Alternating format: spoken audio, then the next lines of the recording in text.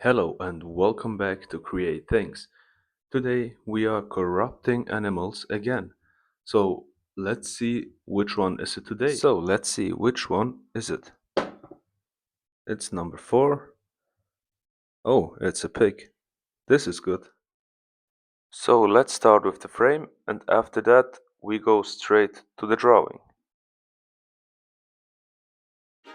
So first I'm doing a little sketch and because I was reading the manga from Junji Ito, Uzumaki, so I had some inspiration out of that with the spirals and stuff like this. So this little pig here, he's more standing like a human but in a twisted way. But you will see. So while I'm doing this drawing, I will tell you the little story of this little piggy.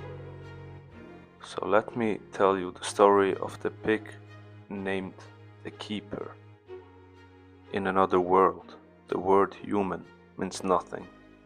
It is not a name, it is not a species, it is not even a memory. It is meat. No one alive remembers the turning.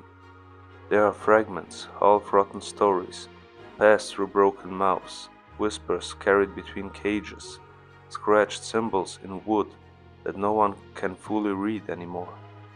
Some speak of a time when we stood upright, with purpose, when we built cities of stone and glass, when we looked at the sky and believed it belonged us.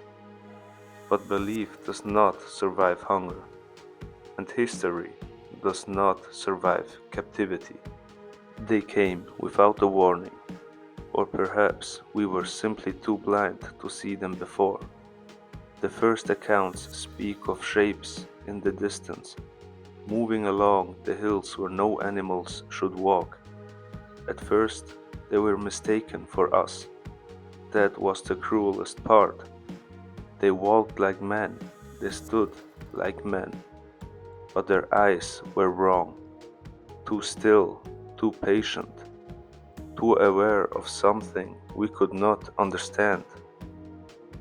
The keepers did not conquer, they reorganized. Villages became enclosures, homes became feeding grounds, and families became inventory. There was no war, only quiet replacement. The one that watches this field has no name we can speak. It stands taller than any of us, its body twisted into a form that imitates humanity but never quite reaches it.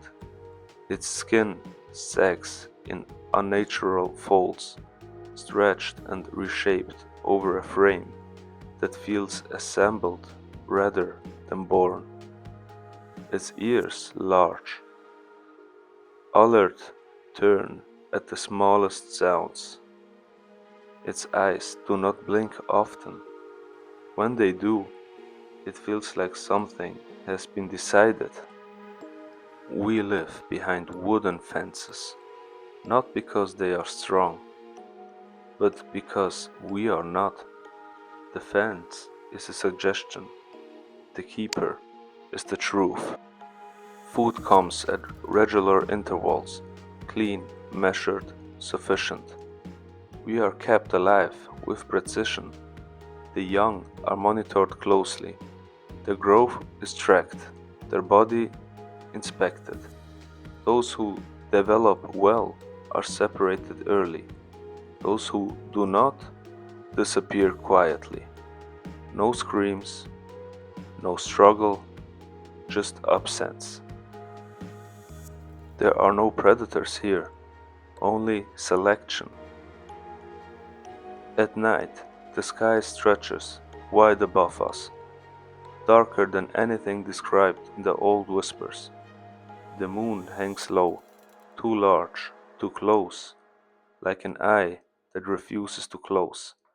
Sometimes the keepers stand still for hours, facing it, listening, Waiting.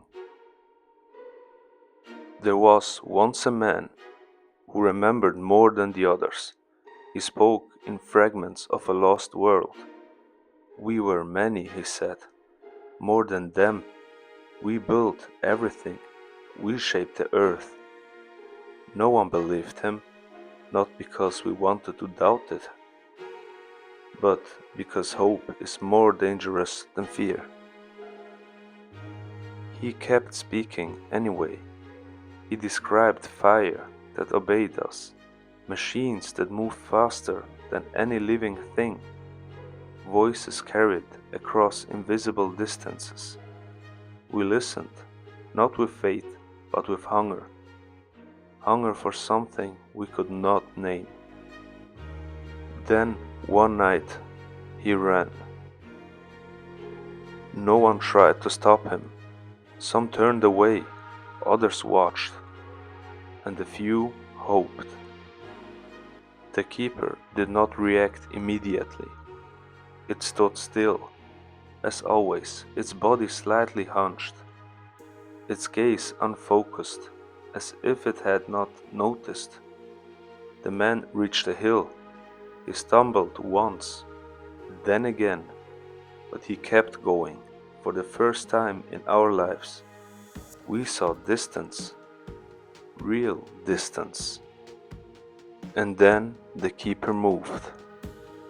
It did not sprint, it did not roar, it walked, each step heavy, deliberate, unstoppable. The ground seemed to accept it. The distance disappeared. When it returned, the man was silent, carried over its shoulder like something already claimed. But his eyes were open. That night, something changed. He was not taken for slaughter. Instead, he was kept. We watched as the keeper worked, not violently, not carelessly, with purpose. Days passed, then weeks. When he emerged again, he was no longer one of us. He stood beside the keeper, upright, still, holding a chain that led back to the enclosure. His body was intact, but something inside him had been emptied, rewritten. Now he walks among us, not as one of us, not as one of them, something in between.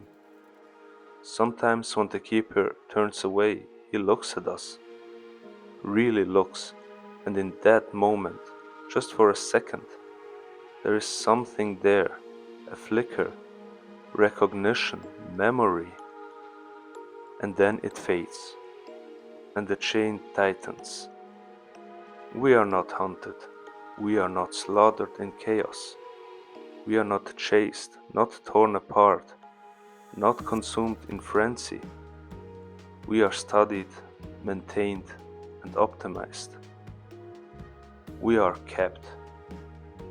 And deep within the silence of this world, beyond the fences, beyond the hills, beyond the reach of anything we have ever known, there are more of them, just watching and waiting. They are perfecting us. So, I hope you liked this little story of the keeper, which is this pig. And if you want to hear more and see more of them, so please leave a like, comment what did you think about this little story. Follow me, and we will see us again. And now you will see the result. So thank you very much for watching, and I really hope that you enjoyed this video. Thank you very much.